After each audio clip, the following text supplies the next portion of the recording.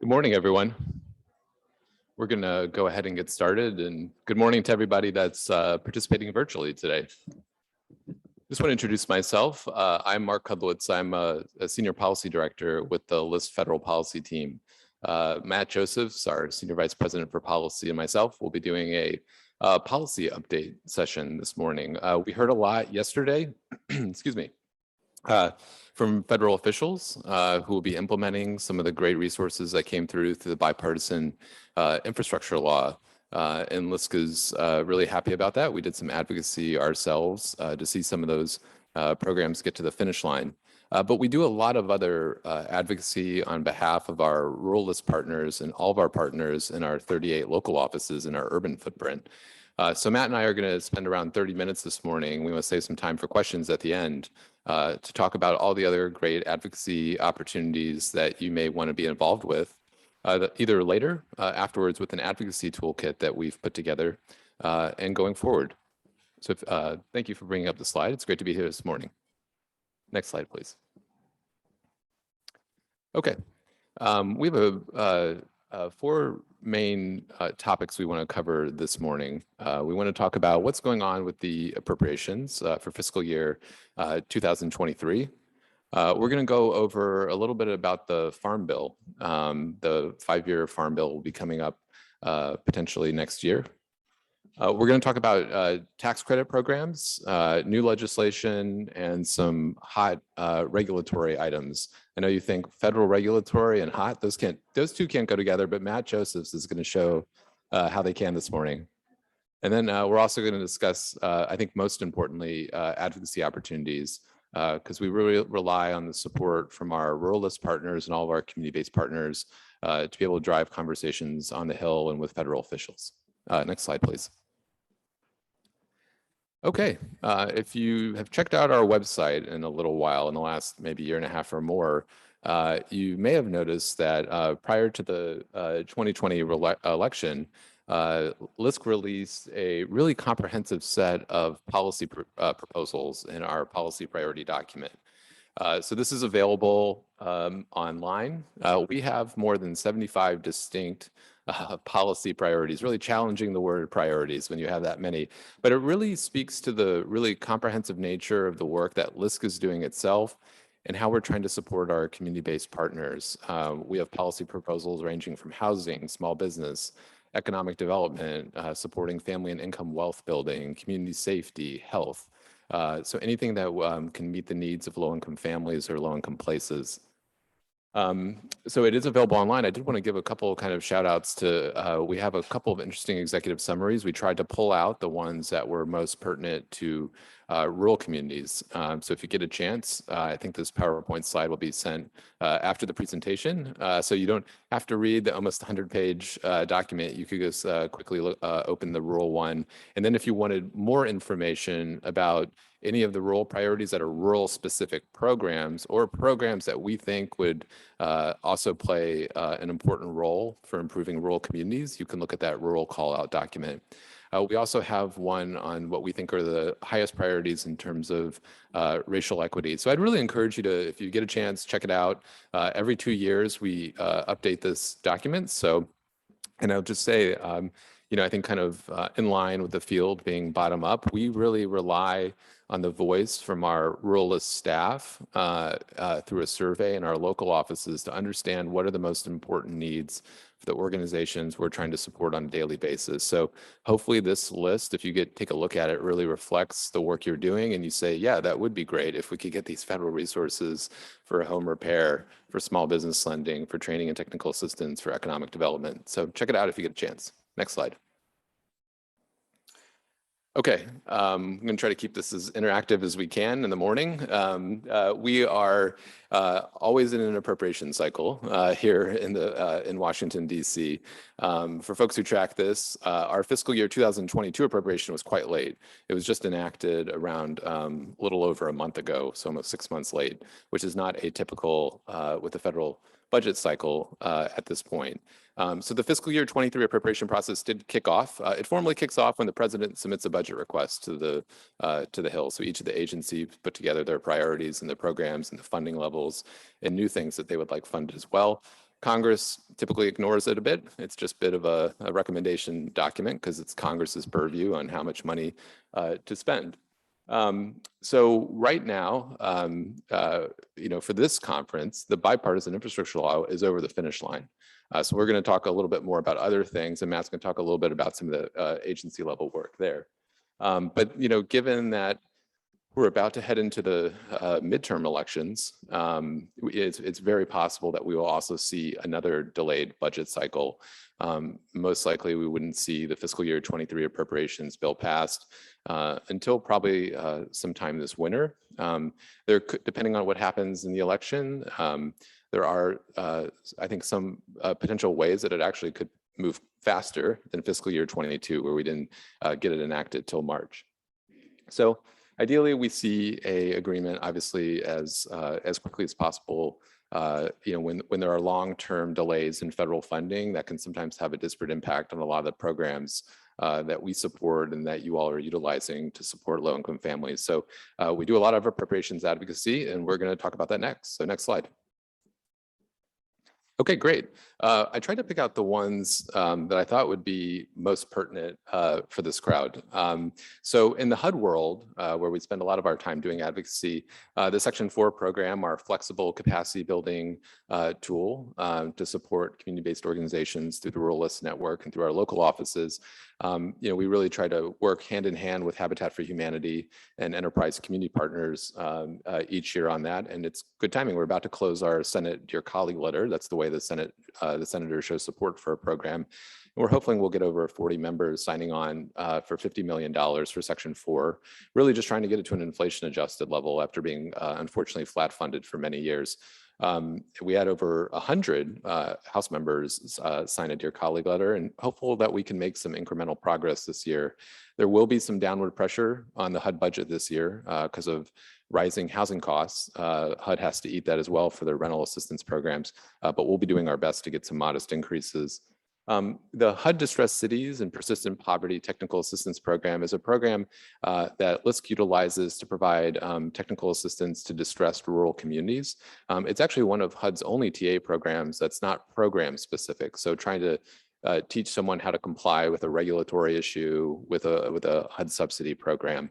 This can be used very flexibly to provide financial management, economic assistance to local governments or nonprofits, or also to help support community and economic development projects. The Home Investment Partnership Program, we were happy to see got a modest increase in the appropriation this year, $150 million. This is, for those who do housing work, our biggest block grant for affordable housing for both single family and rental housing. And we're also working with some partners on some regulatory reform with the home program to make it easier. I will say on the regulatory side, if, please see Matt, myself, and our team, our small but hopefully mighty team, as a resource to you. If there are federal programs that you're having a hard time with and you think there could be some common sense reforms, we do a lot with the executive branch to try to improve ease of using federal resources and ultimately creating more impact. And then the Community Development Block Grant, of course, are stalwart in this field, always looking for opportunities, and we participate in a coalition to hopefully increase appropriations for CDBG. On the rural development side, we had the pleasure yesterday of hearing from Justin Maxson, a friend, the Deputy Undersecretary, and it's great to have a really great crew at rural development, many of whom have worked for community development organizations, for CDFIs, or for foundations. We couldn't ask for better partners at AG. We are hopeful that we'll see some increases in the 502 Direct program. This is our only means-tested affordable home ownership program that we have. And, we'd like to see some modest increases as the subsidy rate for those loans go up to at least maintain the amount of families that can be assisted on an annual basis. The 521 Rental Assistance Program is the program that kind of overlays with a lot of the USDA multifamily finance programs, farm worker housing, and also the 515 program. And also always looking to make sure that we get enough to cover the budget-based renewals for that program. But also we had, interestingly, during the American Rescue Plan, a good increase in rental assistance. This is really important because there's actually quite a few families in USDA multifamily financed housing that don't receive rental assistance and at times can be cost burdened. These are some of the lowest income households in our country, many of whom are older adults or persons with disabilities. So we mentioned the multifamily programs. There is some aspirational goals as well to try to restart the new construction machine, specifically in the 515 program, which has been dormant for many years. So we've been working with our partners at the Housing Assistance Council and other organizations to further that. Really quickly, you heard, I think, importantly from Justin yesterday about kind of cross-sectoral capacity building supports. We couldn't agree with him more that we need those. And we are working in partnership to try to scale USDA's only capacity building program, the Rural Community Development Initiative.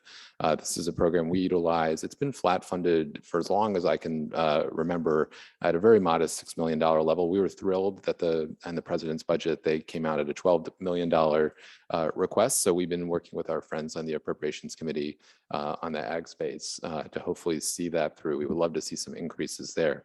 And this Rural Partners Network we heard about yesterday, where federal staff will be embedded, similar if anyone had experience with the Strong Cities, Strong Communities program, which was not as rural focused during the Obama administration.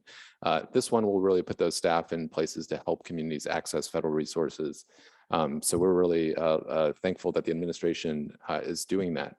And then really quickly, we do a lot of advocacy as well. We were just talking earlier with Brooke about at the CDFI fund to try to keep seeing increases in the programs that both support new CDFIs coming online. There's organizational development assistance, and then providing that kind of flexible capital to grow CDFI balance sheets so that they can go ahead and do more loans and leverage more private resources. Next slide. Okay, well, that was kind of a lot on appropriations. On the Farm Bill, I'll try to keep it short and sweet here. But the Farm Bill, again, is a 5-year bill. Certain bills in the government are 5-year bills, the transportation bill, the Farm Bill. And it allows really federal policymakers to set their priorities for agriculture predominantly, but also rural development issues. In the Farm Bill, the bulk of the money and attention goes to the different titles, as they call it, the nutrition, crop insurance, and commodities, and also the conservation titles are generally where most of the money is. It's more difficult, but a worthwhile pursuit to get additional resources through the Farm Bill in the rural development title. So that's where all the programs that Justin manages at his part of USDA. But we are starting conversations. There's conversations this morning through coalitions that LISC participates in Rural LISC, where we are looking for opportunities. And I think specifically around the Rural Partnership Program. I don't know if folks heard yesterday, Justin said in the reconciliation bill, we had $1 billion for this new Rural Partnership Program. This would have provided very flexible capacity building supports. If you think the RCDI program is at $6 million, we were chomping at the bit to try to see the Rural Partnership Program get across the finish line. Since that died, the Build Back Better legislation last year, we'll be looking for opportunities to reformulate that program as an authorized program in the Farm Bill and see that as one of our best opportunities. So you may be hearing about that from us more soon. Next slide. Okay, kind of mentioned the Build Back Better update. And Matt, is this where you come on? All right, sounds good. I will have you.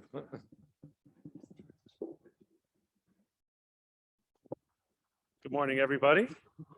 For those that didn't see me yesterday, I'm Matt Josephs. I'm Senior Vice President Policy at LISC. Yeah, so Mark kind of covered, some of the big appropriations issues. That's the stuff, the kind of the must-move bills that kind of have to happen every year. And then there's things that are, priorities in this case of the administration and congressional Democrats. The Build Back Better legislation, which I'm sure a lot of you were tracking last year, then maybe say, well, whatever happened to that? Well, we'll let you know. So this was the big sweeping legislation that the administration was pushing last year. At one point, there was talks of the Democrats, some really wanted like $5 trillion of investments. They started kind of focusing on around $3 trillion, and then they started whittling it down to think, well, what can we do that can pass the Senate? And there is this process called reconciliation, which allows you to pass something with Senate rules with only 50 votes instead of the normal 60 you need to get past a filibuster. So they had passed these budget resolutions that would allow them to do this reconciliation. So they really knew this would be targeted. They were not necessarily seeking Republican support, but they are trying to get the support of moderate Democrats, and most notably Senator Manchin and Senator Sinema, who were kind of waving the banner of the moderates, saying, well, let's keep the spending down. Let's really think about pay-fors. And so it all kind of, a bill did come together, like in kind of in principle that people agreed with, ended up being, I think, about a $1.8 trillion package. And then last November, it died. Senator Manchin walked away, said he wasn't going to support the bill as written, and it just kind of fell apart. So there is a question about, will some version of this, build back, medium? I don't know, build back smaller? Will some version kind of come through? I think the next probably 60 days are going to be telling. I don't think there's going to be much chance that legislation moves after July as people really start focusing on their reelection. So I think we'll see what happens. And Jennifer, you're talking to Senator Manchin almost daily, right? Yeah, at Highland Community Builders. Okay, I thought so. So let us know what he tells you. And what this was, I won't spend too much time dwelling on it because I think whatever package it gets through is not going to have this kind of generous funding limit, but there was $150 billion of new investments in housing and community development programs. Mark mentioned the $1 billion for the USDA Rural Partnership Program, but there were significant plus ups for HUD programs, some new programs at HUD, a new program at the Treasury Department for affordable housing, the Minority Business Development Agency, we talked a little about that yesterday, $1.6 billion to support minority businesses. So there's a lot of great things in there, and I just don't know what is going to survive if they can get a package through. And that's actually a good transition to the next slide. So there was also tax provisions in there that really support our work, right? Like the low-income housing tax credit, new market tax credits, this new thing I want to tell you about, the Neighborhood Homes Investment Act. So the low-income housing tax credit, that's been around since 1986. It's really the primary tool for developing affordable housing in this country. It's developed over 3 million units of affordable housing to date. So this program is very steady footing, but there are proposals to increase the allocation to the states, right? It's a formula allocated program for what they call the 9% credits. So they were going to increase that formula by 40% in the Build Back Better. So that was something that was Build Back Better we're really keeping an eye on. And for those who really engage with the credit, they also are aware there's they call a 4% credit. So it's a little smaller credit, and it's used in conjunction with private activity bonds. But there's a requirement that at least 50% of the cost of the projects have to be funded through the bonds. So they would also have lowered that to 25%. So that would effectively create double the amount of credits available to the project. So these two provisions alone would have created hundreds of thousands of more units of affordable housing. That was in the Build Back Better. It's also, these provisions are also in the Affordable Housing Credit Improvement Act. That's one of our biggest legislative priorities. There's about 24 provisions in that legislation to expand and enhance the credit. So we're going to keep pushing to get that over the finish line as well. With new market tax credits, that has a little bigger challenge in that it's a temporary program. So new market tax credits, I think most of you are aware, are incentives for investors to invest in groups called community development entities, which in turn put those money into commercial real estate, community facilities, businesses in low-income communities. And it's competitively allocated at the federal level. So the CDEs come to the Treasury Department and ask for these allocations of credits, and then they get the investors to put the money in, and the investors over a 7-year period get these credits. So, but this program has been around since 2000, but it's actually, it's not permanently authorized. So right now it's been extended through 2025. So that's good. You have a little bit of breathing room. But ironically, it's also, this is the best time to make a permanent extension because it doesn't cost as much, because there's already some of the costs are already baked in because they assume it's going to be around through 2025. So the baseline level, a lot of it's already baked in. So we're trying to make new market tax credits permanent, and there's legislation in the House and Senate to do that as well. Something we've been really engaged in for the last 4 or 5 years is a new tax credit. And I kind of look at it as like the third leg of this three-legged stool, right? You have the housing credit that is supporting low-income families' rental housing, affordable rental housing. You have new markets tax credits, which generally doesn't do rental housing, but it does businesses, commercial real estate, community facilities. And then we think the third leg of the stool is investing in single-family homes for home ownership. And how the neighborhood homes credit would work, it'd be similar to LIHTC. It'd be administered by state agencies. There'd be a formula allocation of these federal credits for the state agencies, and they'd hold competitions. But the developers are going to come in and say, I'm going to rehab or develop X many homes in the communities, and the tax credit is it kind of covers the appraisal gap, right? It covers the difference between the total development costs and what you can ultimately sell the home for. So only that portion would be covered through the that tax credit, and only up to that difference, the actual gap when the home is sold. And again, the homes are targeted for distressed communities that could be high poverty, low income, low home value communities. It's a tool we think that's going to be very effective in rural communities where we're seeing, construction costs skyrocketing, where you need good, solid homes to attract businesses. So we think this is a great tool, economic development as well as housing. So we're really excited about that. So that wasn't Build Back Better. There was a provision to temporarily start it through 2024. There's also the Neighborhood Homes Investment Act is also legislation out there to make it permanent. We've got close to 70 co-sponsors now in the House, which is a lot of co-sponsors of a program that hasn't yet been around and built up a constituency. The Senate has 20. I just learned 10 minutes ago. It's Senator Kramer from North Dakota is a new Republican on the bill. So it's very bipartisan. So we're excited about that. The other thing I want to just flag real quickly, we talked a little yesterday with Administrator Castillo about her priority for reauthorization of the Economic Development Administration. So LISC has been working with Main Street America and about 10 other national organizations in support of the Revitalizing Small and Local Businesses Act. So we think the EDA, for as great a work as they've been doing for broader economic development, regional collaboratives, things like that, bringing jobs to communities, they haven't really, I don't think, tapped into what they can be doing like at the really hyper local level, right? Working on those main streets in rural communities, those commercial corridors in urban communities where you might have 10, 20 businesses that really need support and support for the placemaking around those businesses, attracting foot traffic, things like that. So this would support a network of business development organizations that really are working in those communities on the ground at the Department of Commerce. So it's $50 million a year for 5 years is what's in that legislation for the authorization. So we're really pushing that. Bipartisan legislation has been introduced in the House and the Senate. And lastly, very topical, the Community Reinvestment Act. So I think all of us working in communities are benefiting from that somehow in some ways with the banks investing, and that's what their main incentive is, that they want to get these good ratings for the Community Reinvestment Act. There's been the regs haven't really been substantially updated since 1995, right? And there's been a ton of changes in the banking industry since then. So the time was kind of ripe to do this. They started, led by the OCC about 4 years ago, they really started an effort to get all the regulatory agencies to support changes to the regulations. The OCC ended up going alone. The FDIC and the Fed did not support what they put out there. And then when there was new leadership at the OCC, they actually pulled the rules.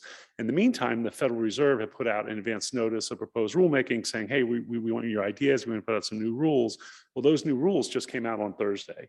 So we're all kind of, and there's 680 pages or something like that. So it's a lot to digest, which I haven't even really started to yet. I've read a couple summaries, but that's as far as I've gotten so far. But I think this will be a space to really engage and look for opportunities to comment on the regs. The comments are due on August 5th.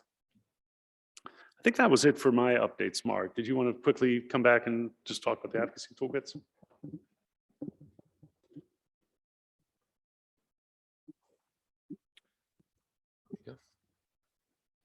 All right, thanks, Matt. We mentioned earlier, but each of you should have received a digital advocacy toolkit that we created to kind of help any advocacy you would like to do on the Hill. So we're hopeful that that document will help you with that. It's intended to provide both kind of a background on best practices for doing Hill engagement, talking to your offices when you're here in DC, and I think most importantly as well, working with your district offices. Both the Senate and the House reps each have local district office staff. They typically focus more on constituent concerns, but it is a way to also, if you develop a relationship with those staff locally, It's easier than when you come into DC for a fly-in or to work on any advocacy opportunities for federal legislation that you would like to see it get across the finish line or for appropriations. And we think those relationships are super important. One thing to kind of also keep in mind with those relationship opportunities in the last year, what used to be called earmarks and now congressionally directed spending has been back. So we had our first congressionally directed spending and appropriations last year, and there was quite a bit of money, although they didn't go up to the total cap. So there's also direct funding opportunities that can be important. So we encourage you to check out the Advocacy Toolkit. The LIST policy team is here to support you. So if you take a look and you say, you know what, I would like to talk to a member, I would like to talk to staff, and you need a little more information, you're welcome to reach out to me directly. Myself, Tanya Chin Ross, or Connor Corsi on our advocacy side of our LIST policy team would be more than happy to help you set up a meeting, also give you any additional information. We also link to a lot of what we call policy briefs, which are really kind of advocacy documents and leave behinds that you can use both to prepare for a meeting, if it's a shared policy priority where we have a document and you'd also like to see that go forward. So yeah, please, if you get a chance, check it out. I think there's a lot of good opportunity broadly as the appropriations process moves forward. And as Matt was saying, some of these tax credits and other bills that we're pushing as we look for additional opportunities outside of reconciliation last year. I know we've got a couple minutes, so just wanted to take a minute to see if there were any questions virtually or here in person in DC.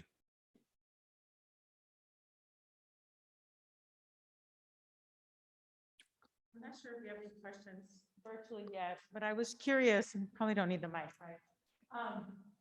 When do you think, sorry, okay, I'm sort of shy, not really. Olivia Gran with Rural List. I'm curious, Mark and Matt, if you guys have any ideas on when we think we'll be able to start meeting in person with folks on the Hill, and if that's even possible for our July event as we bring folks in for our housing conference. That's a great question. Yeah, so right now, Capitol Hill is generally closed. It's been closed really since COVID started. Some of the offices are open. It's a bit of an arduous process, though, to get in right now with security concerns.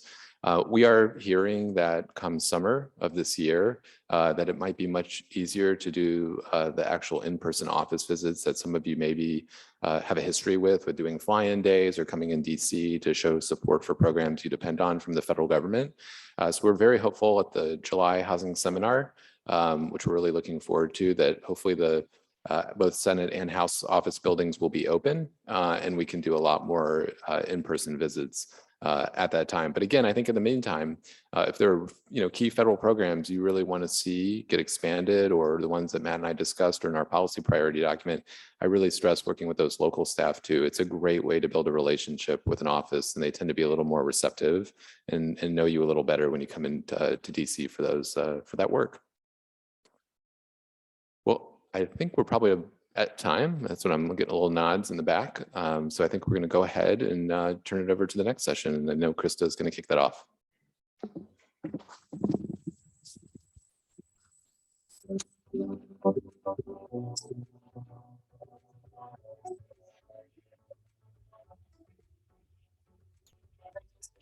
Mark and Matt, lots of great information in that presentation. Good morning from me to all of you here in the audience and virtual audience as well. We kick off the Rural Innovators Lightning Round to close out our seminar. Today, we'll talk a lot about policy, administration officials, perspectives of experts in the industry and the it's my breakfast table this morning. I have some of these tables were yesterday. One of our colleagues wrote down that the 20 ISPs offering the connectivity with out for families is going to be a game changer for families in her community. And another big idea, a lot of anticipation for the new digital equity data dashboard coming out from Microsoft. So really excited to see how that tool helps communities move forward.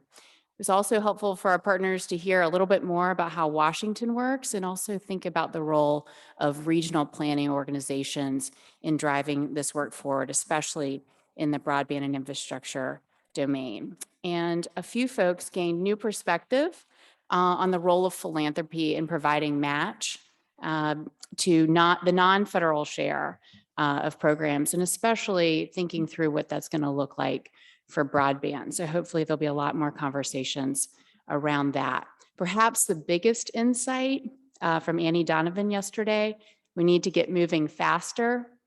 Here's the good news. Our conversations today about our community-based partners they're off the starting block and they're way down the track. So this morning we'll take a closer look at some of these exemplary projects. And I would like to start with a video from one of our broadband pillar partners, actually two of our broadband pillar partners in Northeast Ohio, Great Lakes Community Action and Northwest Ohio Community Action.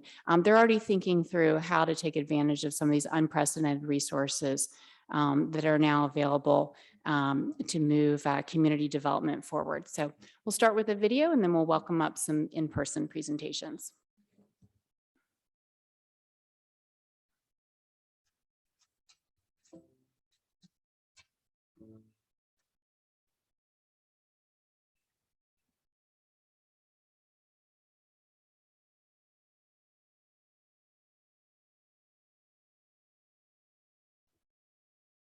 When you're speaking of rural, we're talking about internet services.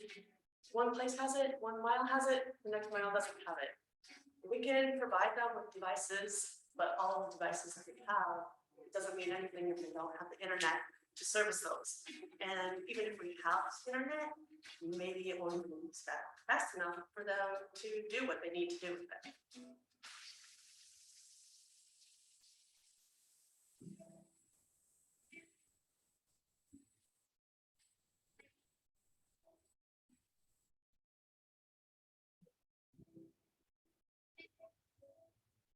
We could not access our funds previously before the digital navigation program to purchase devices. So this really opened the door for us to do that. One of the roadblocks or barriers that we found with our members is that some of the costs of these devices can be rather high.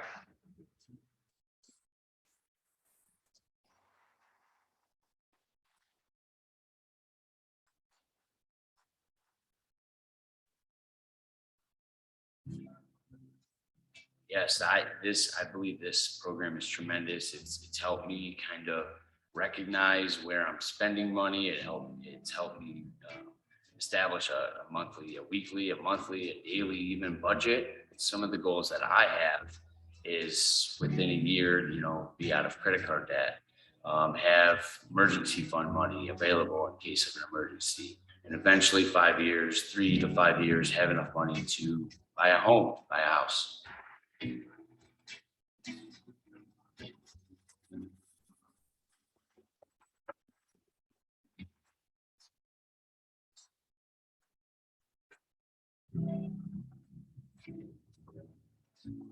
Right. Okay, in the beginning, I didn't even know what a Chromebook looked like. Well, I've been working on it, come to all the classes when they have them, and we have a man that comes in a couple times a month and gives us extra practice and helps us with what we are having trouble with. A couple of weeks ago, wasn't it? We learned how to do email. So we did that all afternoon and had a test, and I passed the test on that. Where I go to church, I have that on there, and I've been doing that every Sunday for several weeks and months now. I guess we've been doing this. I appreciate all those people because if we have questions and don't know exactly what we're doing and need some help, they're there. They're roaming around the room when we have our classes. So they help us a lot.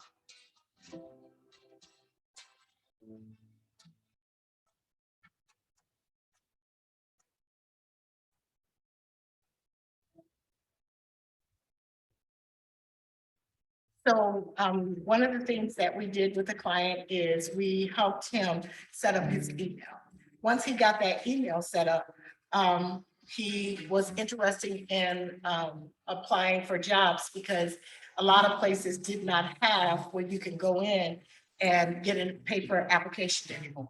So once we found out what place he wanted to apply for, we went online and applied for that place. I helped him create his resume. He did land that job. So he was very successful in doing it. He felt like he was getting his life back without asking somebody, how do I do this? Seasons of life just hit him where he had lost his job. He had got COVID, lost his job. And it was, just a down spiral. And just, he didn't have a laptop because he didn't have enough money to afford one. That was a way to help him get his life back.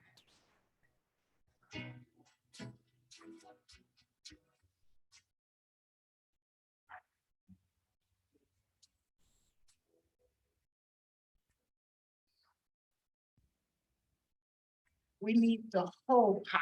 We need the Wi-Fi, the internet service, so way they don't have to go here and there. They can do it in the comfort of their own home.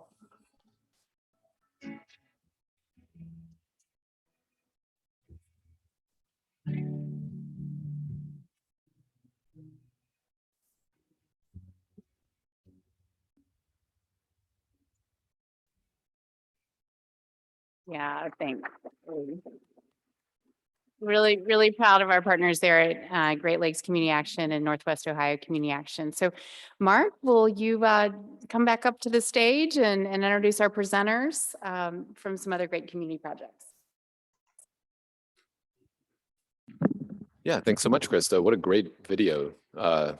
Congratulations to Rural Lisk and our partners for that. So this is a great part of our seminar this morning. We're going to get to hear from a lot of our allies, partners, and friends that are doing important work broadly around broadband, renewable energy, and infrastructure work. We're going to start the conversation and have each person spend around 10 to 15 minutes giving some remarks. We've got folks who are here in DC at the Mayflower Hotel and others who will be participating virtually. So I'm going to call each of them up if they're here in person or give them the nod virtually. And then please think of questions you would like to ask. We've saved some time at the end of the presentation, around 15 minutes or more for questions. So you can put those in the chat, I believe, for the virtual audience, and we'll get those to the end. And the folks here in person, we got little pens and note cards, so please write them down. We have a microphone in the back. Okay, well, up first is going to be Emma Johnson from Southeast Nebraska Collaborative. All right. I'm going to join on the clap on that. And Emma Johnson will be talking about some of the digital navigator work.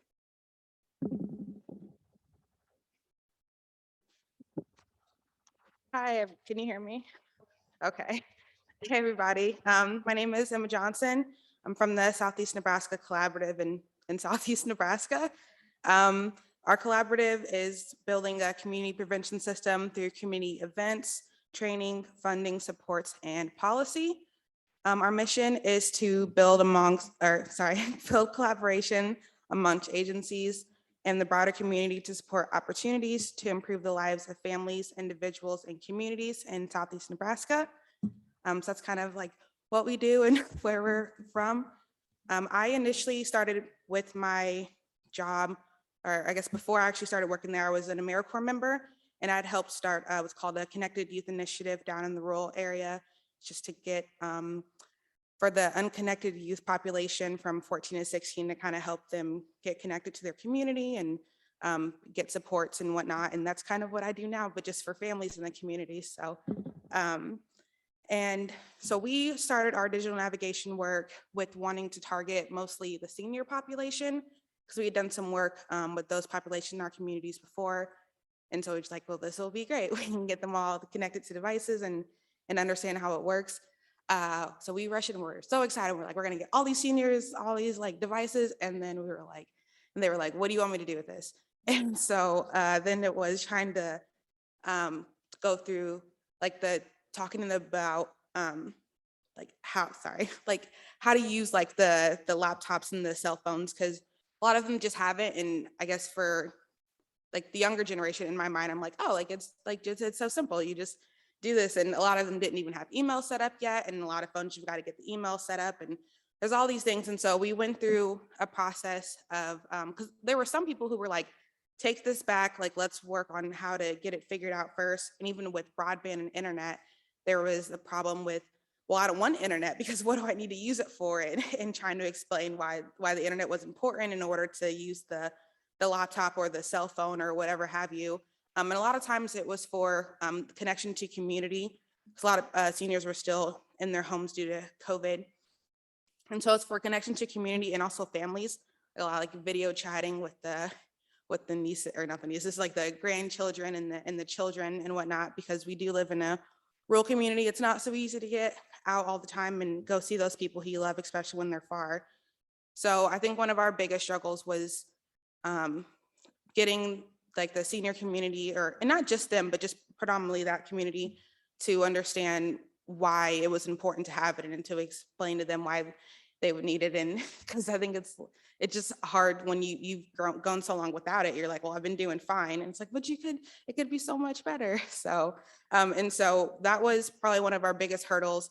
There was one woman who, this is the most exciting thing for me. So she was like, didn't want any of it. She's like, I don't need a laptop. I don't need it. I don't need a phone. I don't need email. Like, I am fine how I am. And I was like, okay, but like, let's just try it out. And so anyway, so it's a whole thing. And I just helped her with the email, and she's like, I'm never going to use this. And so now she emails me randomly, and it makes me so happy.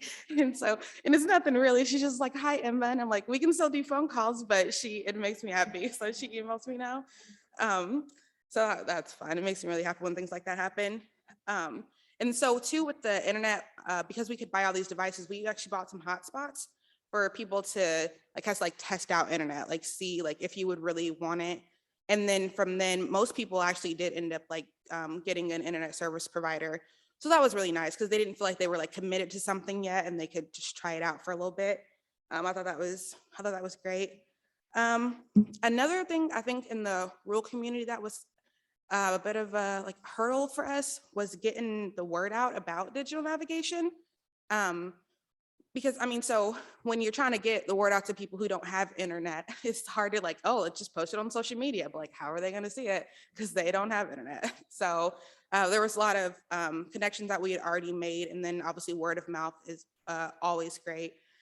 So, and we had some community partners who were a huge help. I should have got the numbers. There were 15 plus people who were referred to us by the electric company in one of the counties that we serve, because we had already built a relationship with them, and they had a relationship with the people in their community, and they knew that there was this need there. And so I really love that partnership that we did, I guess, where they were like, hey, you're doing this and all these people could use it. And so we got a lot of referrals from there. Sorry, I'm like, what else is there? I think another part, and so getting the word out in the beginning was really difficult. And then as once we started to, then obviously word of mouth, it spread pretty fast, and I feel like we did pretty good. And then we also have the problem of cost, because for the rural community, you can get the cheaper low speed internet, but you're not going to be able to even check your emails on it. So people had to pay for the high speed internet, which was $90+. And when you've got 12% of the population living in poverty, it's just, you can't spend $90 on internet. And so we had the ACP, or the EBB, that turned into ACP benefit that was insanely helpful, but still, $30 off of 90 is still kind of hard for some people and kind of pushing it. So we were able to help subsidize those costs through our funds, through our that we got through list. But I guess the worry then is then what now? Because they still need internet. We can't subsidize we can't supplement for forever. And so I guess that's kind of a worry. So I think because in some places it doesn't get there. Some of the internet doesn't get to certain communities. And so I think it's great that there's all this, that there's broadband, and I love the ACP benefit. I just worry about what's next sometimes, I guess, where do we go from here, kind of. But I do, obviously, I think we've come so far, like the ACP benefit is huge. I mean, there was a woman who, it changed her whole budget. And I don't know, $30 doesn't sound like a lot sometimes to people, but when it's like, well, you've got all these bills and you're barely making it. And now with that, paying $30 less, I can pay my full electric bill and I can have internet. I mean, it makes a really big deal for a lot of the families that we serve and the populations that we serve.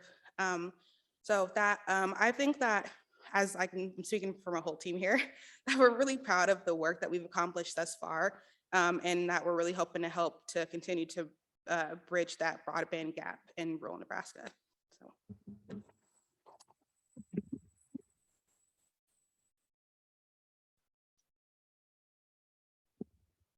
Thank you so much, Emma. That was great. We really appreciate you sharing your stories and your local work. And I think that really also brings up some good questions maybe we'll have time for later about best practices with enrolling in ACP. And I know a lot of families have struggled to get the device access money that's incorporated into that program. We've had really low uptick rates that we've been trying to work with FCC on. But without further ado, we're going to get some more information on local digital navigation work from Brooke Eskridge. And Brooke works at the Central Missouri Community Action Agency. So welcome, Brooke. Good morning, everybody. Now, will I have my slides up here to be able to refer to? Okay, perfect. So my name is Brooke Eskridge. I'm the Family and Community Services Director at Central Missouri Community Action. I would be remiss if I didn't first thank Rural LISC for just asking us to be a part of digital navigation. It really came at the perfect time. We were nearing the end of our first year as a financial opportunity center, and adding digital navigation in as a tool for our coaches was perfect. It was very natural. I will say, for those of you that aren't as familiar with community action, we serve the poorest of the poor. So our federal poverty line is 125%. So for around a family of four, you're looking at under $30,000 a year that they're surviving on. So we're doing a lot of intensive work and removing a lot of barriers with the families we serve in Central Missouri. And really our 8 county areas, our core area, we do serve early Head Start in a couple other areas, and our foster grandparent in a couple other counties. But our core area in Central Missouri, really, it's very diverse. We have Columbia, which most people know is university systems. And there's, in Boone County, close to 180,000 people, down to Osage or Howard County, where you're looking at 10 to 16,000 people in the entire county. So it's very diverse, but it's all very rural. You can go ahead to the next slide. Okay, so I wanted to start with really showing you, as a community action agency, we're in a cycle of planning at all times. So we do a strategic plan year. And then before that, I apologize, go backwards. We do community needs assessment, and it's a very in-depth community needs assessment. And we're looking at all the pillars of health and, employment and education, transportation, all of those areas. And then the next year, which happened to be FY21, was our strategic planning year.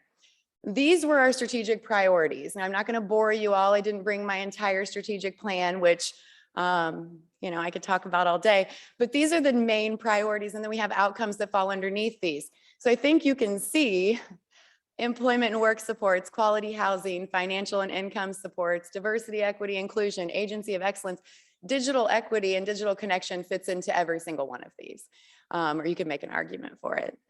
And then over here, the other important piece of how we do our work at CMCA is our whole family approach theory of change. A few years ago, well, I'm going on 5 now, I guess, we were charged with really moving from crisis and provision of service model, putting Band-Aids on a lot of things, to really thinking about how do we get families to move from crisis to thriving. And what the research shows us is by really circling these supports of family well-being, social connections, and that economic stability, that's where you see those families becoming more resilient. And in turn, you see our thriving communities, right? Families are doing better, we're all doing better. And I should also mention our mission of CMCA is to build relationships, to empower people, strengthen resilience, and improve the quality of life for all members of the community. So it's a big thing. Go ahead to the next one.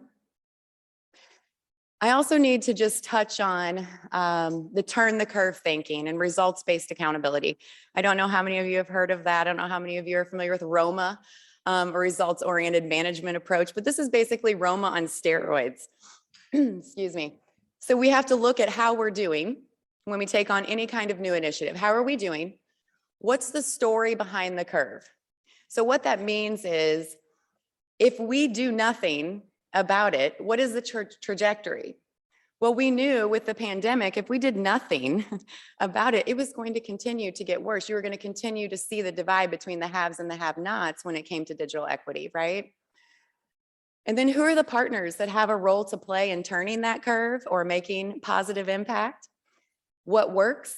And then what's our action plan? And this is an iterative cycle. We continuously come back to RBA. We actually have, we have a director of research and data, Melody Veith, who's absolutely amazing. And we have data parties quarterly. And yes, we name them data parties, and we actually have air horns that we blow and we celebrate our progress on our data dashboard. But really, you know, our approach was increase social connections and access to opportunity. The results-based accountability model, and then understanding the need. What do our members actually need? And so instead of taking this to the entire community, we really focused on our CMCA, Central Missouri Community Action, internal members. Who are we already working with? Which last year was around 4,500 families and close to 12,000 individuals in that. Who are we working with and what do they need? Let's start there.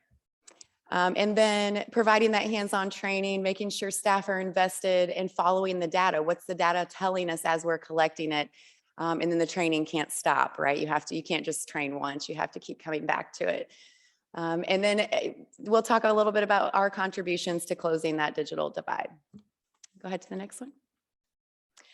Now this I did on purpose. I realize that says 2019, but this is something that really caught my attention when LISC brought digital navigation to us, and we had our first administrators training. So myself and two administrators, Emily and Leslie, both went through the training, and we started digging into the data, you know, around Missouri and United States wide. And I thought, wow, the FCC says 21.3 million can't connect, but Microsoft says it's closer to 160 million. What are we missing here? And now we figured out what we're missing, right? It's about the cost. It's about actually access to the home. It's about digital skilling. We know that nearly 1 in 3 workers lacked foundational skills. We also know that prior to the pandemic, that was already an issue. We already knew it was an issue. And the pandemic really did accelerate almost 10 years of planned technological advances. Our families are going to be the ones left behind as the most low income if we aren't able to step in and provide some opportunity. You can go ahead to the next one. So here's the team buy-in, the why. So these are some actual slides from training that we did. We did some training back October, November, and we really sat down with our teams and got to know what is it that the families are telling you they need when you're already doing your intakes for the programs, when you're doing our agency assessments. What are they telling you that they need? And we saw all of these things over and over and over in all the trainings that we did. We've trained to date 32, I believe, digital navigators. And you can go ahead to the next slide. The important piece of that was getting the team buy-in in order to add paperwork. Okay, you can't add paperwork to your team's job unless there's a reason behind it, unless you want a lot of complaining or, you know, rule by, you know, authority, which just isn't me. I like to dive in there with them as much as I can. So the intake became a part of our process. the digital intake. So when we're talking to people about how they're paying their monthly bills, in our FOC, or we're talking to people about, their LIHEAP energy assistance bill that they're needing help with, we're also talking about, do they have access to the internet? Is it only their phone? Are they looking for a job? Are they able to job search online? And we're making it a conversation while we're doing this intake. As of 4/15, we had 395 digital intakes completed, and we really did let the data lead the way. We were asked to do 50. So I really didn't realize, I'll just be honest, I know I read that in the grant contract, Krista, but when we started, it was like, no, we're going to do this with everyone. I don't just need to know about 50 individuals. We want to know as many as we possibly can. And we're still doing the intakes as long as that intake portal is open and I can get the data from Liz and Krista. We will continue doing it as part of our community needs assessment process moving into this next year. You can go to the next one. So here's a few things that we found. Now I will say there are pages and pages of data, and I wasn't able to disaggregate all the way down because there'd be confidentiality issues with seeing our members' names. But here's around broadband access. Does your household have reliable internet either through a mobile device or internet service provider? So we were able to see how many said yes, how many said no, but then also what was that internet source? How reliable really is it? Do they think it's reliable enough because they're able to play Wordle? Have they tried to actually complete an application for SNAP on their mobile phone and gotten stuck? So a very different conversation, right?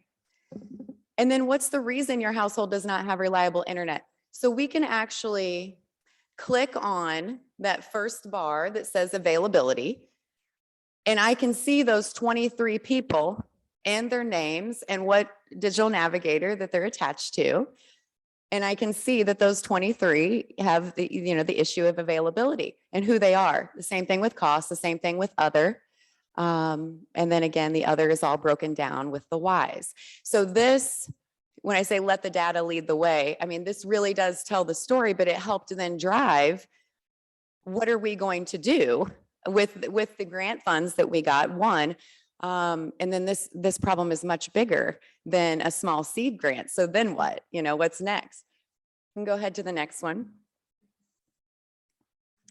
So you'll see here with device access, I think of note, only one person didn't have a cell phone. One person in our 395 intakes. That was interesting to me. I think that would be very different 10 years ago, 15 years ago. One person didn't have a cell phone.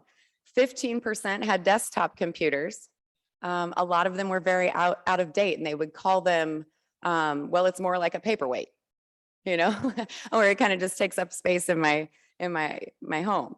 146 didn't have a laptop or a device. Okay, so that was a click for me. That's about a third of who we're talking about. Go ahead to the next one. And again, I can click on each one of these bars and I could really narrow it down. Were they mostly in Audrain County? Were they mostly in Howard County? Where are they that don't have? It was everywhere. It wasn't populated to one specific county.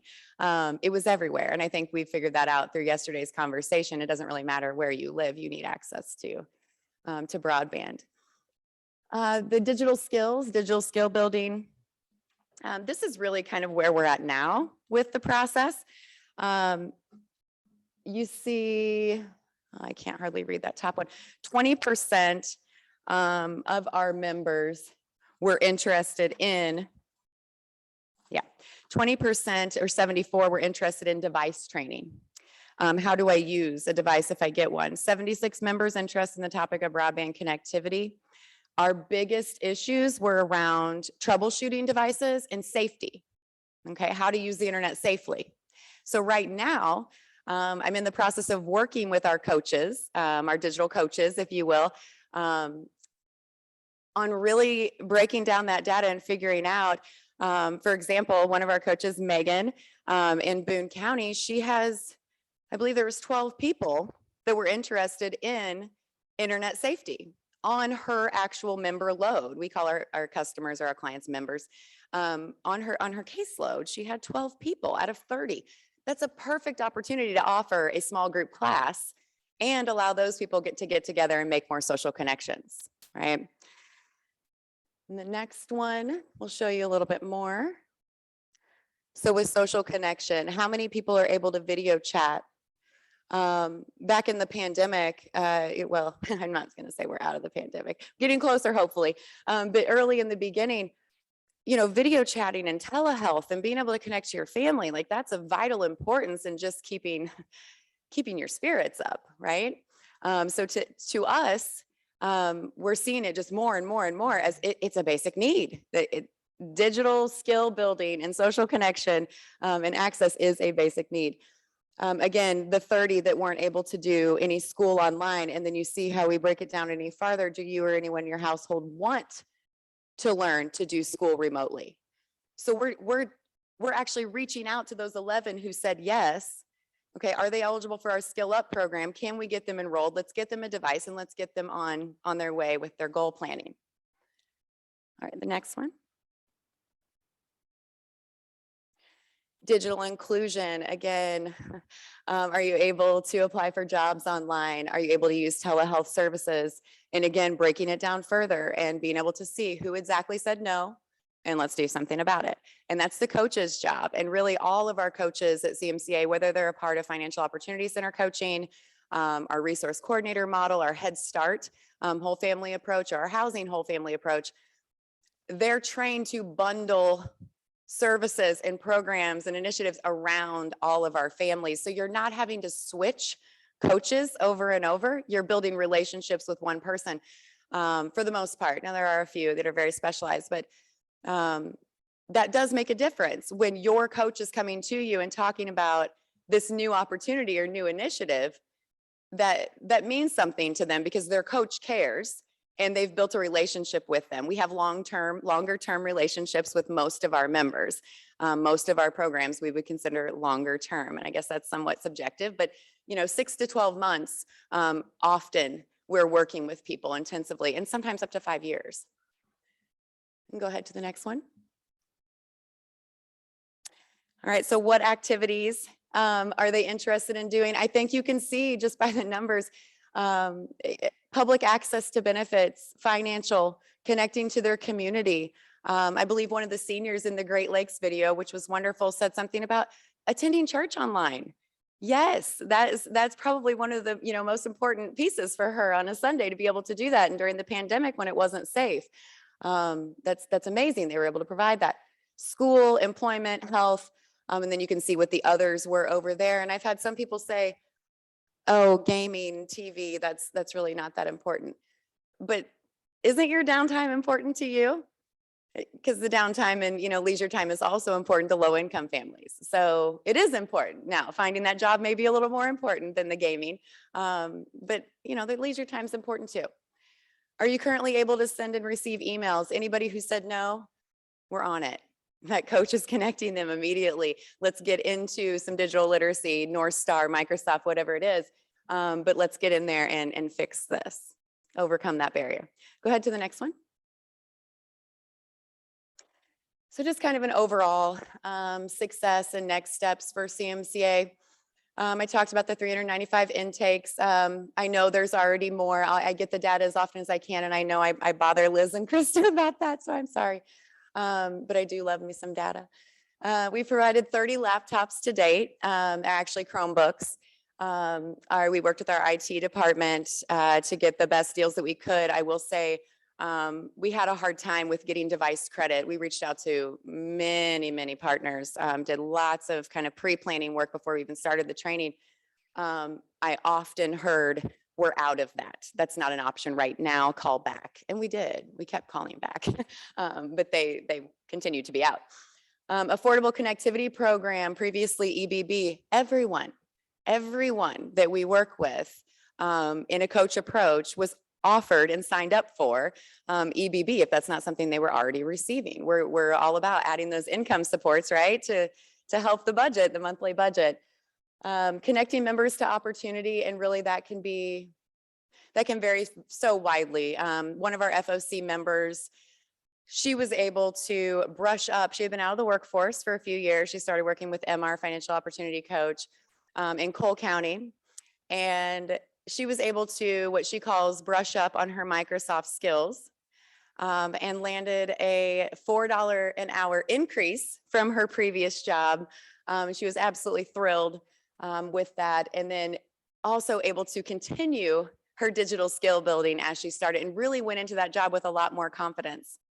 One of our Women's Business Center members was able to take her business from home only on a desktop computer to being able to get out in the community and actually go to events and fairs to be able to sell. And so that, again, connecting to opportunity, connecting to financial opportunity, economic. And then including digital access and devices in our CSBG Community Services Block Grant FY22 work plan. And so the work plan came out right as we were, it was January, February-ish. I was starting to draft that, and I thought, okay, this is our most flexible source of funding for CMCA, our CSBG money. We have to get this in the work plan. We see the need, but if it's not in there, I can't spend money on it without revising that work plan. So we made sure it was in there so we can continue this work beyond, the April 30th end date for our grant. Next steps, really exploring more into community actions involvement at the state and local level with broadband infrastructure legislation, and really what the plans are. For example, Mid-Missouri Regional Development Commission, really trying to get more involved with our partners that have a key role in doing it right, right? I heard a lot about that yesterday. We got to do it right and we got to speed it up. Continuing North Star and other digital curriculum. We know the needs there. We are able to break down that data to see exactly who needs it. And that will be our plans over the summer, is really that digital skill building with a lot of those members. And then continuing to analyze this process using our results-based accountability model. How are we doing? Is that trajectory moving in a positive direction or not? If not, you got to back up and figure out what's not working. I do believe, though, it is moving in that direction. And then continuing to analyze, engage more community partners, and continue looking for funding opportunities to support the needs of our members. You can go to the next one. And that's it. There's my contact information. I've got pages and pages and pages of data and notes. I really tried to just hit the highlights, but I'm more than happy to talk to anybody about the way that we did the Digital Navigator program, our successes, or even some of the difficulties. I didn't touch as much on those, but I do feel like it's been a success, and I appreciate you all listening. Thank you.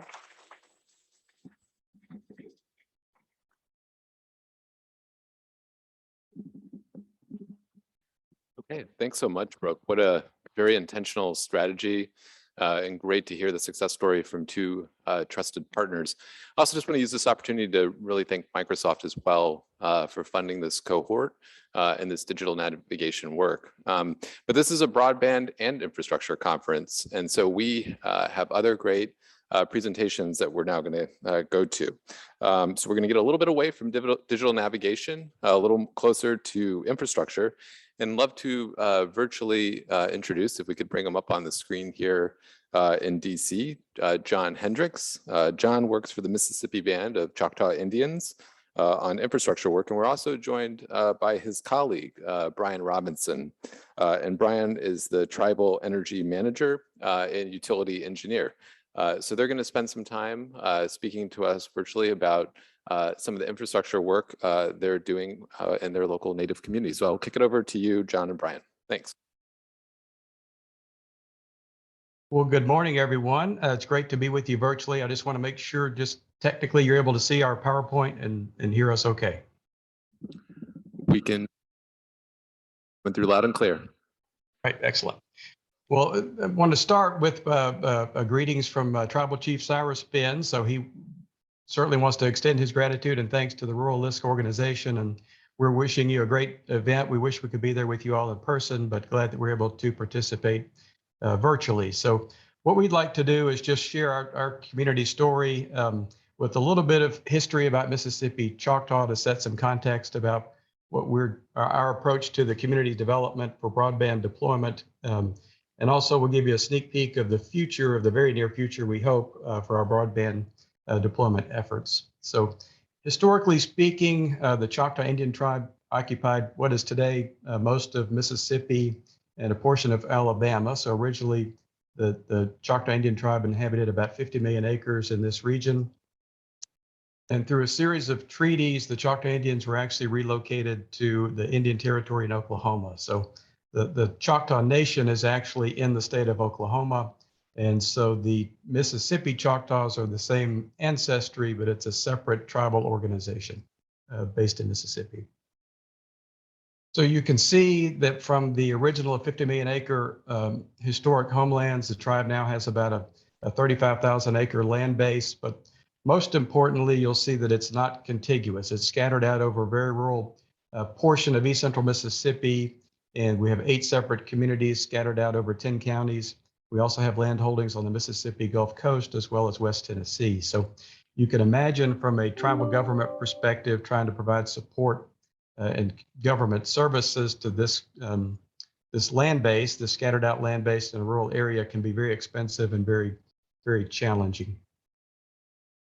Just some of the key historic milestones. The ones that I wanted to highlight were ironically, the 1918 Spanish Flu Epidemic about 100 years ago almost wiped out the Choctaws that remained in the state of Mississippi at that time. But Congress sent an inquiry group down to see what was going on, who were these people, and what was happening with the health situation. And that ultimately led to the recognition of the Mississippi Band of Choctaw Indian as an independent sovereign nation in the state of Mississippi in 1945. So Mississippi Choctaw is the only tribe that remains in the state of Mississippi today. The starting point at that time when they were federally recognized were pretty deplorable conditions. So extremely high rates of unemployment. The health conditions were extremely poor.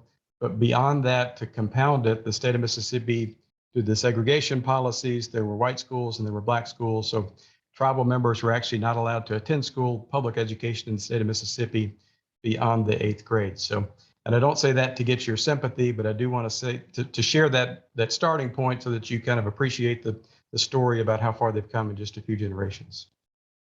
So today it's a much different story through very aggressive tribal leadership and a policy of self-determination. The tribe actually started its first company in 1969. And today we have become the largest employer in East Central Mississippi with about 5,000 employees. So Mississippi Choctaw is now the economic leader and really the economic engine of this rural region. The tribe is also committed to preserving its history and heritage. The traditional sport of stickball is still played each year at the Choctaw Indian Fair in July for the World Series of Stickball. There's also lots of showcases for arts and crafts. So the traditional dressmaking and beadwork and jewelry and the handcrafts for swamp cane baskets, all of those practices are still being preserved and taught to the younger generation so that the tribe's history and culture remains vibrant. To overcome the generations of undereducation, the tribe has invested heavily with resources in education and training initiatives. So Choctaw actually runs the largest American Indian school system in the country. We also have a very strong pre-Head Start and Head Start program for early childhood. There's a robust after-school program that's led by our Boys and Girls Club in most of the communities. And the tribe has also funded a tribal scholarship program. So any tribal member can go to the college if they're choosing, as long as they maintain their grades. Unfortunately, the COVID-19 pandemic hit the Choctaws hard, just as the Spanish flu epidemic did 100 years ago. So the communities experienced a very high rate of infection, very above average rates of fatality resulting from the infections. Beyond that, the tribal schools had to close. And so the students that did not have access to internet at their homes were not able to do distance learning. The tribal offices had to close. So any employees that were sent home and not able to come to work that didn't have internet were not able to provide the essential services to the community. So the COVID pandemic has had a very negative impact on the Choctaw community, but that really led us to the initiative that we're here to talk about today. So our goal really is to have broadband access to all 2,000 homes on the reservation, all of our businesses, all of our government facilities through East Central Mississippi. And we're hoping to do that within a year or so. Taking a multi-pronged approach to this, just we know that broadband enables a lot of positive opportunities and outcomes in a community. So we're trying to identify how to make the most impact out of that. So we're in the process right now of doing a communities survey to identify any potential barriers or needs that even if a household has access to a broadband connection, what might prevent them from signing up and using it effectively. We're also doing some training for our existing IT staff. We're hiring additional new IT staff so that we have a safe and reliable network, wide area network system. We have 2,000 employees that have email addresses. And so we're in the process now in our partnership with Rural LISC to do some training for cyber awareness. It's a 2-hour training that's recorded. And so all of our 2,000 employees will be the first line of defense for potential cyber attacks. We also know and expect that with the 2,000 households, we're going to have some households that are not technically savvy and not comfortable. So especially with the tribal elders. So we are partnering again with Rural LISC on the Digital Navigator curriculum to train our social services caseworkers so that when they go into the tribal households, they can try to help them to feel more comfortable and to get the most benefit out of having an internet connection at their home, maybe for a telemedicine visit. And then finally, most of you know that are in the audience that if you have the proper piece of equipment at home or a laptop, along with a reliable internet connection, you can actually make a living at home doing remote work now. So we're identifying the tribal members that are interested in having remote work opportunities, and we're putting together custom curriculum to support their training needs. So that is our goal, is to come out of this pandemic much stronger than when we went into it, with a technically more capable community. So none of this would be possible if it weren't for a good, reliable, affordable internet connection. So for that piece of the story, I'm going to turn over to my colleague, Brian Robinson, with our Utilities Division, and he has been spearheading the broadband infrastructure deployment. So Brian, I'm turning it over to you. Okay, thank you, John. Yes, my name is Brian Robinson. I am one of the utility engineers here with the Tribal Utilities Department, serves as the tribe's energy manager. We'll talk a little bit about our infrastructure portion of our broadband project. From the slide you see on the screen, you see 3 objectives that we kind of identified in our plan. First being to make high-speed broadband service available to every resident on the tribal lands of the Mississippi Band of Choctaw Indians. That's our primary goal, make it available. The subheading under that indicates we're going to try to do it with little or no out-of-pocket cost to these qualifying households through a tribal ETC using USF, Universal Service Fund subsidies, and possibly other subsidies as well. That's a very close second to make it affordable, availability and affordability. Try to do it in a timely manner, as John mentioned a few minutes ago. We think we can get this done in about a year and do most of it, fund it with grant funds, particularly the NTIA's Tribal Broadband Connectivity Program grant. The following 2 main objectives under that are sort of secondary, but they're very important to the overall picture. The second being to expand the MBCI's tribal government fiber network. We currently have about 20 miles of fiber in the Pearl River community that ties several of our existing government facilities together. We're going to expand that significantly, and we'll see that on the next slide. And finally, expand the Mississippi Band of Choctaw Indians Public Utilities Department to be able to handle some of the operations and maintenance of this expanded network, and to handle the broadband billing and compliance issues associated with being an ETC and handling Universal Service Fund subsidies. All right, John, next slide.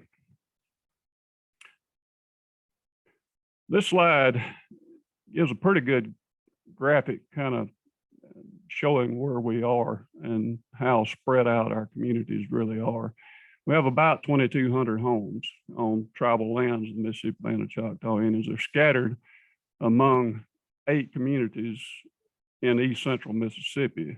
This graphic on the screen shows just how spread out they really are.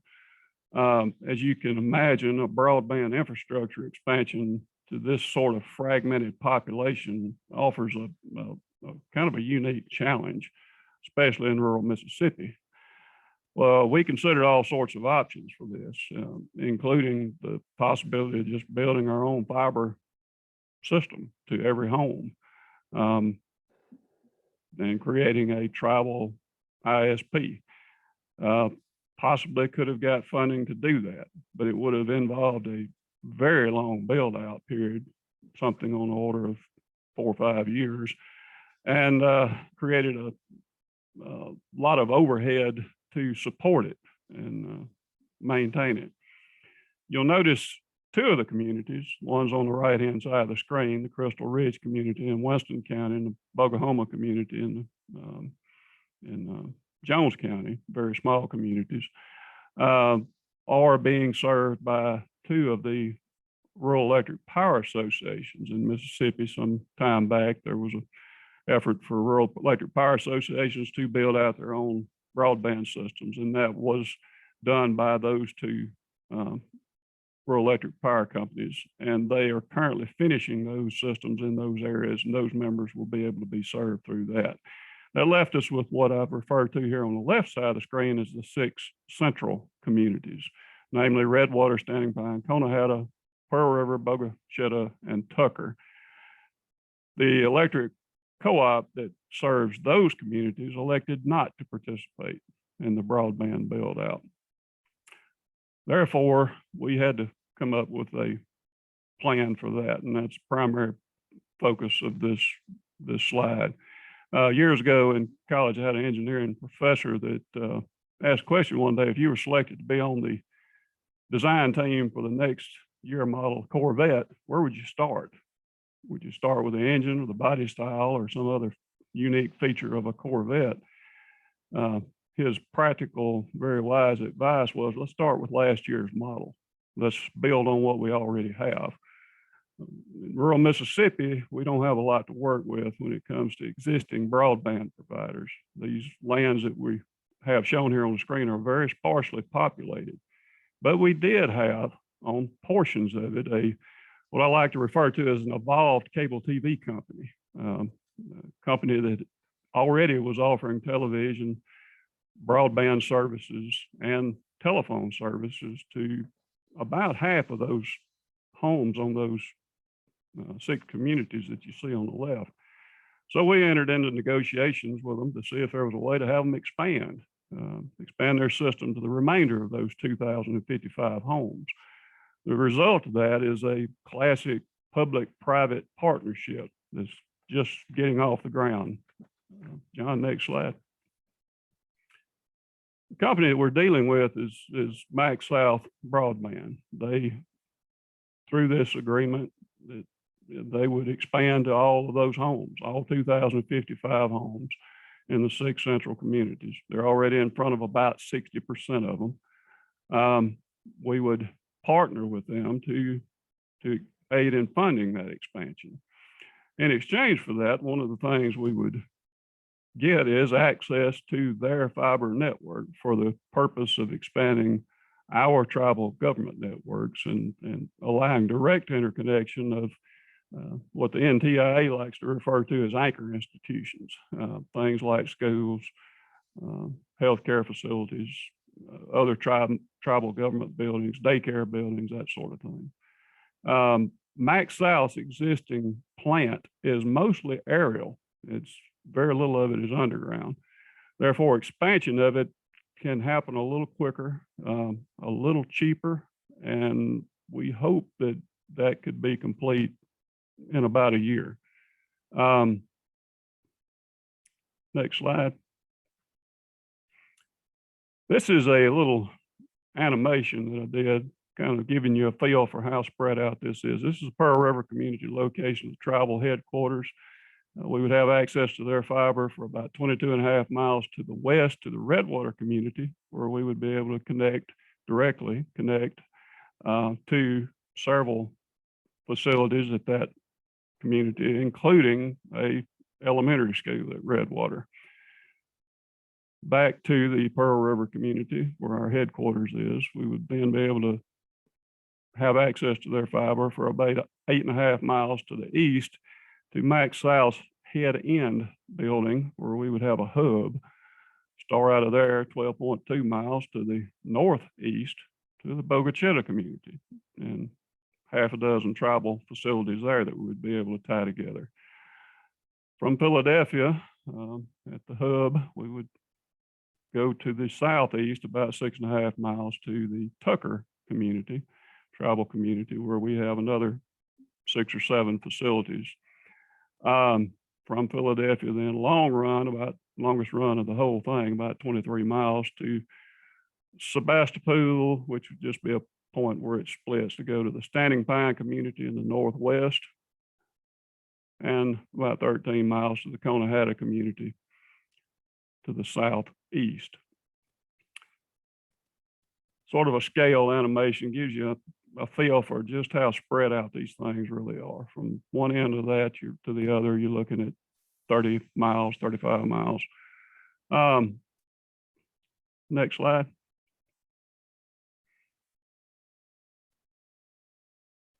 So by having access to this fiber plant, this fairly extensive fiber plant in these 6 communities, we put all those tribal government buildings, all those anchor institutions as they're referred to, under one piece of glass. We make one large network that includes all of those, and we do away with duplicate ISP charges to all those buildings. That in itself, we estimate saves us around $200,000 a year just in ISP charges. But the other thing we would get in this agreement, in this arrangement, is the MBCI, Mississippi Band of Choctaw Indians, would become the ETC. We would be the entity that would receive Universal Service Fund subsidies and resell Max South services basically to our members. We anticipate that most tribal homes, probably something in the order of 80%, will qualify for the ACP subsidy, but and there may be other subsidies as well. Next slide.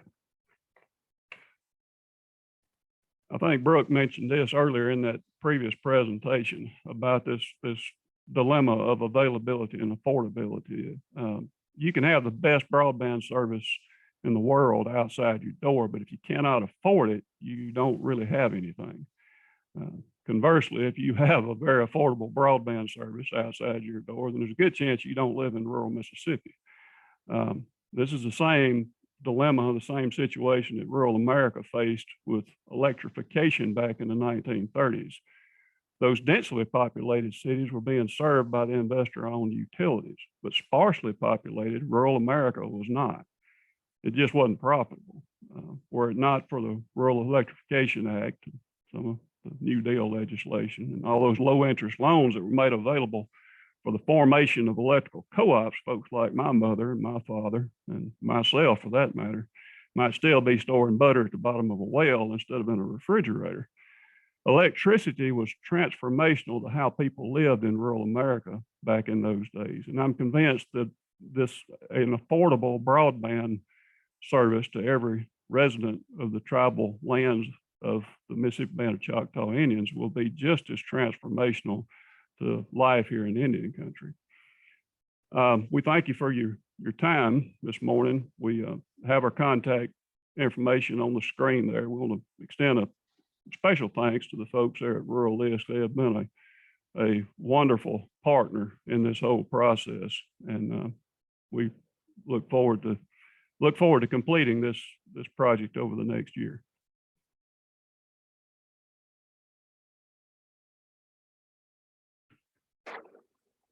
Thank you, John. Thank you, Brian. That was super informative and really, really impressive work you're doing for the Choctaw Indian Nation. I wanted to turn it over to Adam Kent, who is a part of our LIST DC local office team. Adam's going to be talking about some renewable energy financing work that LIST does in the district in our DC office, and also just generally talking about the opportunities that exist with solar and other financing opportunities related to sustainability. So Adam, I'm going to kick it over to you. Thanks, Mark, and thanks, Brian. Actually, it's a perfect transition from your work on broadband to thinking about how electricity impacts all of us, both in cities and in rural communities. So as Mark mentioned, I'm going to talk briefly. I'm actually going to go. I'll do quick. I'm gonna roll pretty quickly, but I'll just talk about kind of why LISC is thinking about renewable energy, particularly solar, and why it matters to our community development approach, and then dig real deeply into a project that is based in DC, but really has applicability anywhere, and it's just and kind of dig into those details. So really quickly, when we're thinking about how climate change impacts the communities in which LISC works alongside, the climate change predominantly really places higher costs on lower income households and BIPOC communities. Formerly redlined neighborhoods are 5 degrees hotter than non-formally redlined neighborhoods. Energy costs that low-income households have to pay are more than 3 times as high compared to non-low-income households. And ultimately, as climate-related disasters increase in frequency, that is it is projected to have a significant economic development, county-level economic development impact.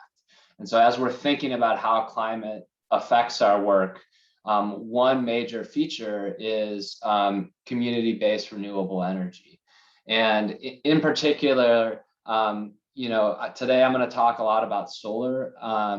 And really why we're focused on that is the energy cost burden. If we can get down the energy costs faced by low-income households, that's more money that they can use to put food on the table, to invest in their kids and invest in their family.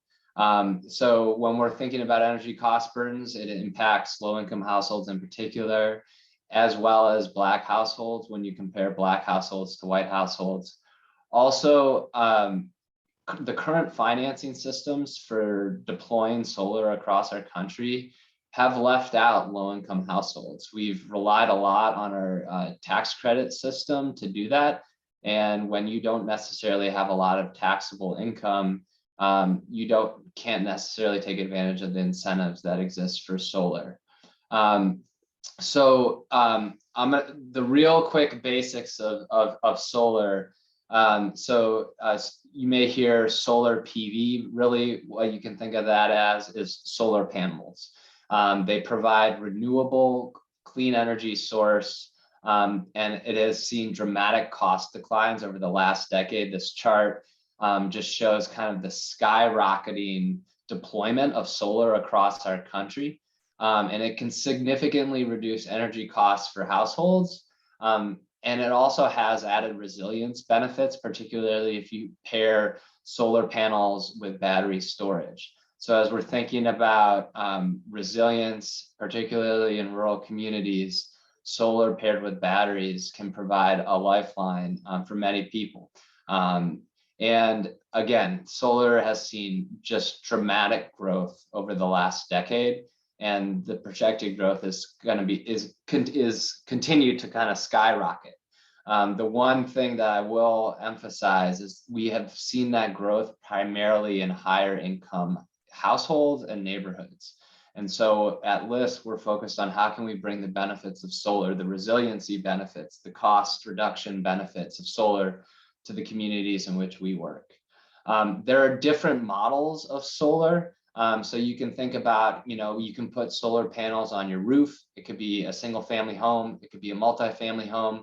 You could own a small business, commercial retail store and put solar panels on your roof.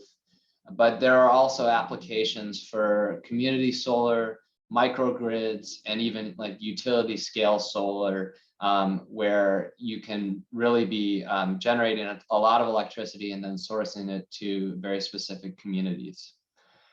Today, LISC has done a little bit in the solar in the solar space. We've provided about $3 million worth of lending for projects that are primarily focused on rooftop solar. And I'm going to dig into a quick example very shortly.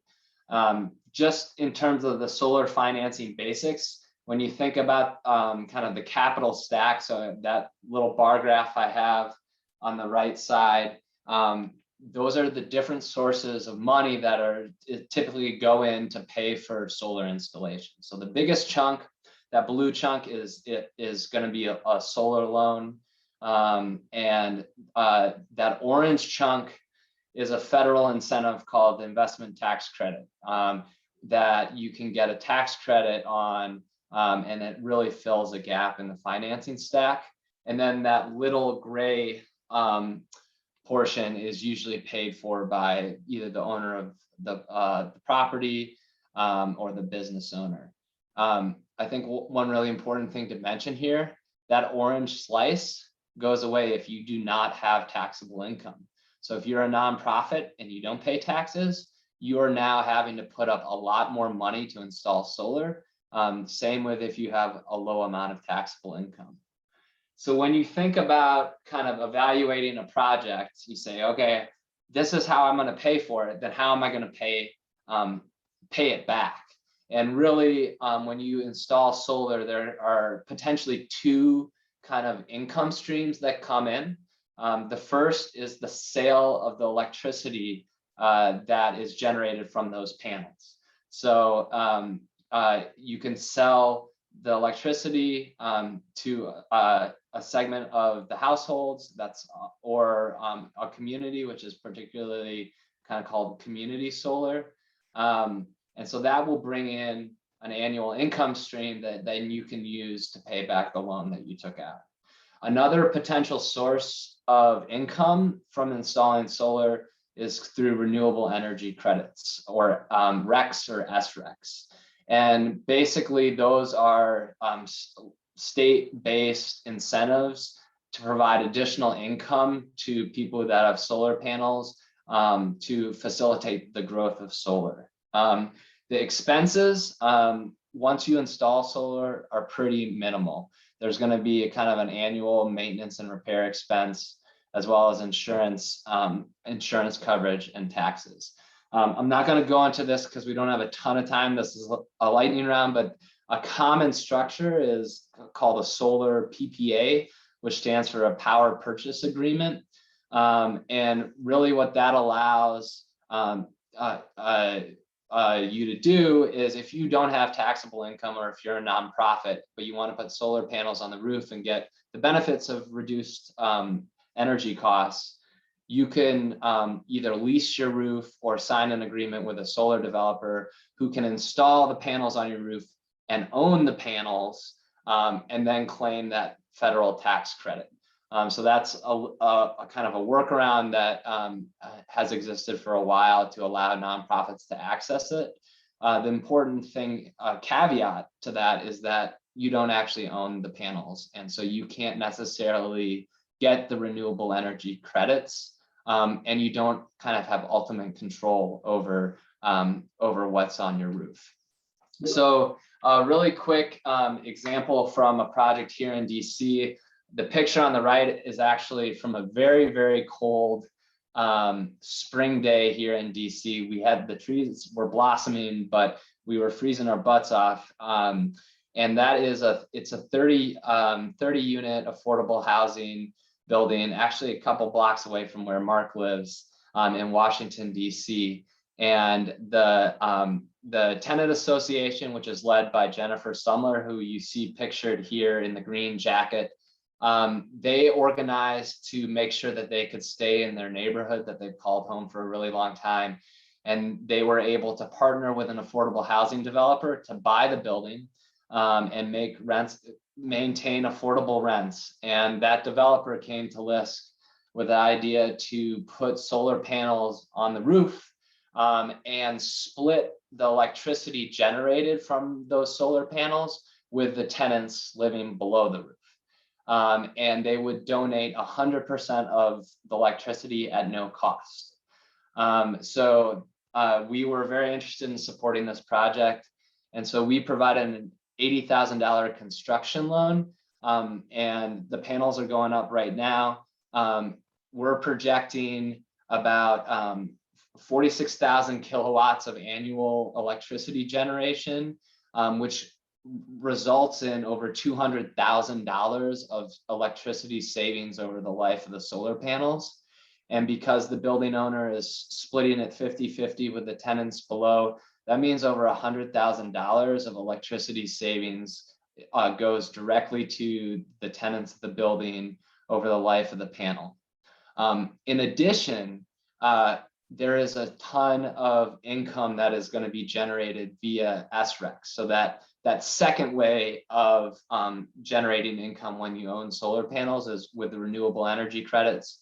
And DC has a very robust market for those. And so over the life of the panels, it's expected to generate around $240,000 of SREC income. So really quickly, just the fun stuff that at least I find fun are, well, how did this actually break up? So you'll see here, if you're thinking back to that bar chart, we have an $80,000 loan. So that's that blue portion of that capital stack. And then the remaining was filled with equity that the developer put in. So about $50,000 of equity.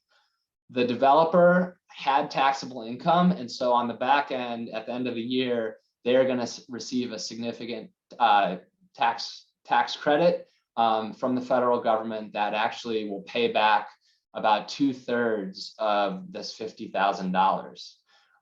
We secured our loan on the solar panels themselves and required a guarantee from the developer, a repayment guarantee. How did we get this approved? If you remember from the previous slide, the developer was donating 100% of the electricity. So that means there is no electricity income coming in. And the only income being generated from these solar panels is that SREC income. And so we looked at the estimated SREC income over a 5-year period to see whether or not we would anticipate our loan getting paid back. And so we basically sized our loan based on that income coming in with a balloon payment coming in at the end of year 5. I know I went through that very quickly. Just a couple of key considerations. So I think this structure and model that I just talked about, the core components are the same regardless of what community you are in terms of the income coming in, the expenses that you need to think about, and the capital stack. Couple of major considerations though are solar is very highly dependent on state and local policy and regulations. So what works in DC in terms of us being able to provide a loan based on SREC income isn't necessarily the case in another locality. Thinking about collateral during the early stages of the project is really important because ultimately the value of the solar panels only come into play when they're installed and they're spinning off electricity. Smaller projects are tough. And when you're building it on affordable housing, sometimes there's a disincentive to reduce energy costs because it'll just increase people's rents. The federal government is working on some of that right now. And then kind of thinking about how this relates to infrastructure. There are a couple of provisions in the infrastructure bill that are really focused on energy efficiency and renewable energy. And then there's also a major program from the USDA called the Rural Energy America Program, which provides loan guarantees to agricultural producers and businesses looking to do renewable energy. Finally, I will say that there is a lot of talk about making the investment tax credit, that orange portion of the capital stack, direct pay. What that means is it would eliminate the need to have tax liability to qualify to get that benefit. That would really open the doors up for a lot of nonprofits as well as lower income households to get the benefits of solar. So I will leave that there and turn it back over to Mark. Thanks.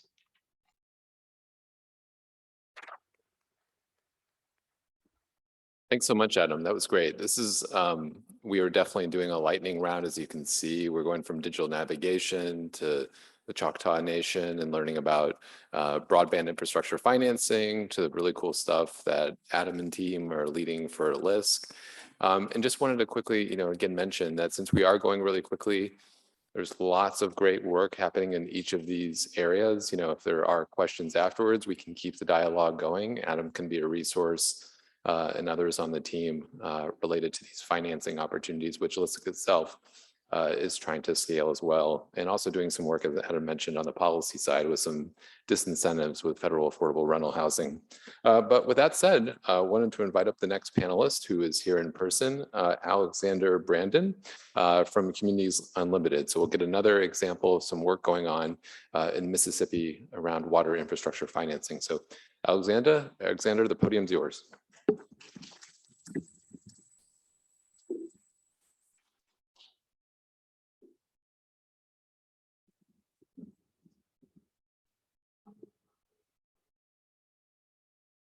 I'll try to make this brief. I think we're getting close to lunchtime, so I'll try to make this brief. Let me know if I got this right, Emily, on these slides.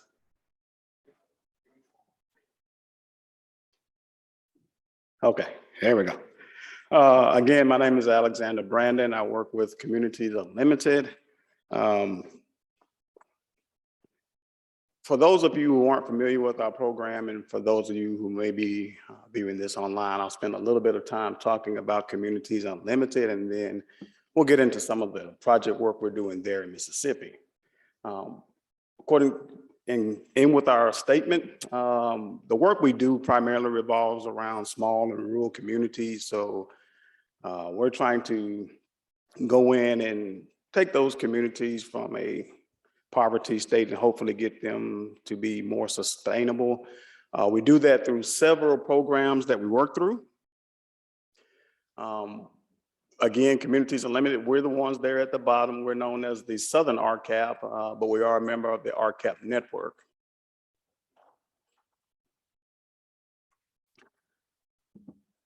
The map you see here, again, this is our region. This is our 2021 impact map. You'll see a bunch of dots on there. Those light yellow dots, that's where we're doing some of our lending work. You'll see more of the light blue dots. That's our environmental work. Again, I work on the environmental side of things, so I could speak a little more about a lot of those light blue dots. You'll get into some of the orange dots. We do provide technical assistance as well to entrepreneurial small business owners. So that is a growing program for us. Cynthia Terry, she's our program director there. She's doing a remarkable job with that program. And we want to see more of the orange dots on there as well. The 2021 impact, I just showed you the map. I won't get into a lot of these numbers. The numbers that do, at least for the part of it that our team works with on the environmental side, we do contribute a lot to the leverage funding there on the bottom of 77 million. That was what we did in 2021. And if you look there at the very top right, the job sustain between our community sustainability program and our small entrepreneurial program, we're able to claim credit for 342 jobs sustained or created. So we like to think that we're making a very positive impact in the small and rural communities we work in. Obviously, we've still got a lot of work to do and a long way to go. We are a CDFI, so we do have the ability to make financing and funding available not only to the water and wastewater systems we work in those small communities, but the small entrepreneurs, the small business owners as well. In our lending program, Brenda Bagwell, she's our director of lending now. Again, as I mentioned before, we're able to make small business loans, and I think most of those numbers you may see there are still accurate on the small business. I know on the water and wastewater infrastructure, the lending that we're able to, we are able to make loans up to $500,000 for water and wastewater projects. On occasion, we can go beyond that if the situation requires it. In most cases where we're going to be going above and beyond that, we may be addressing compliance issues, but for the most part, the lending that we're limited to is $500,000 for our water and wastewater lending. Again, I told you I'm with the environmental program. I mentioned before us trying to make those communities that we work in a little bit more sustainable. And the way we do that in our environmental program is through providing technical assistance and training, as well as the access to lending. And I'll speak a little bit more about that technical assistance on the environmental side.